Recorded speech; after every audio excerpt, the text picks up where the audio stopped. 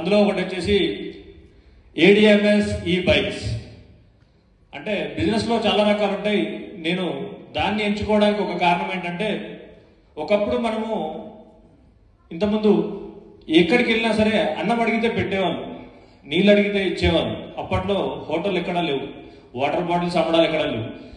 తర్వాత ఎవరు పెట్టకపోయేసరికి హోటల్ వచ్చినాయి, వాటర్ బాటిల్లో వాటర్ కొనుక్కుంటున్నాం.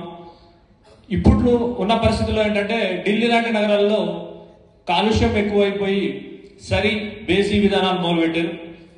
అలాంటి పరిస్థితి మన దగ్గర కూడా వస్తే భవిష్యత్తులో మనం బయటికి వెళ్ళాలంటే ఆక్సిజన్ సిలిండర్ కొనుక్కొని మాస్క్ పెట్టుకొని బయటికి వెళ్ళాల్సిన పరిస్థితి వస్తుంది.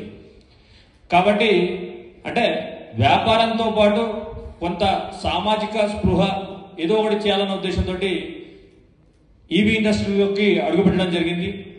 ప్రస్తుతం నేను వచ్చేసి ఏడిఎంఎస్ ఈ బైక్స్ తెలంగాణ డిస్ట్రిబ్యూటర్ని. ఈ కంపెనీ ద్వారా కాలుష్యం తగ్గించడంతో పాటు చాలా మంది అంటే నిరుద్యోగులకి ఉపాధి కల్పించడం జరిగింది.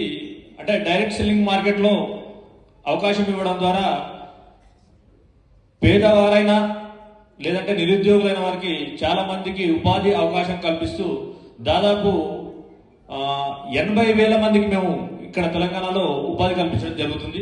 కాబట్టి అంటే అందులో నేను ఒక భాగమైనందుకు సంతోషిస్తున్నాను.